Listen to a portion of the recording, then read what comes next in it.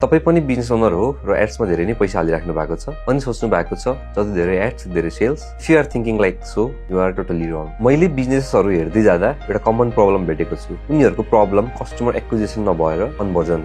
Simple ल्याङ्ग्वेजमा भन्ने हो भने तपाईको एडले ऑडियन्स त ल्याइराको छ, लीड पनि ल्याइराको छ, तर इन्ट्रेस्ट देखाउने मान्छे तपाईको कस्टमर चाहिँ किन बनिरहेको छैन। यदि तपाईको फनल अप्टिमाइज छैन भने एड्समा स्पेन्ड गरेको सबै पैसा एउटा लीक भएको बकेटमा पानी हाले जस्तै हो। त्यसो भए अरु पैसा एड्समा खर्च गर्नुभन्दा अगाडि के गर्नुपर्छ त? फर्स्ट अफ अल तपाईले आफ्नो कन्भर्जन प्रोसेसमा फोकस गर्नुपर्छ। आफ्नो अफर हेर्नुहोस्, मेसेजिङ प्रोसेस हेर्नुहोस् र फलोअप हेर्नुहोस्। के तपाईको मेसेजले कस्टमरको रियल प्रब्लम एड्रेस गरेको छ? के तपाई उनीहरुलाई स्मुथली आफ्नो सेल्स फनल भित्र गाइड गर्दै हुनुहुन्छ? किनकि जब तपाई कन्भर्जनमा फिक्स गर्नुहुन्छ, अब मार्केटिङको रियल आउटपुट देखिन्छ। सेम ट्राफिकबाट धेरै कस्टमर आउन थाल्छन्, एड्सको आरओआई बढ्न थाल्छ र ग्रोथ पनि फास्ट हुन थाल्छ। यो चारवटा कुरा आज नै चेक गर्नुहोस्। पहिलो कुरा तपाईको कस्टमर कहाँ ड्रप भइरहेको छ त्यो हेर्नुहोस्। सेकेन्ड कुरा कस्टमरको पेन पोइन्ट र डिजायरलाई डाइरेक्टली एड्रेस गर्नुहोस्। तेस्रो कुरा तपाईको अफरलाई भ्यालुएबल, क्लियर र इररेजिस्टेबल बनाउनुहोस्। चौथो कुरा टेस्ट अप्टिमाइज गर्दै जानुहोस्। सानो कुराले पनि धेरै ठुलो चेन्जेस ल्याउन सक्छ। यो सबै ठीक भयो भने तपाई लिमिटेड बजेटमा पनि राम्रो रिजल्ट ल्याउन सक्नुहुन्छ।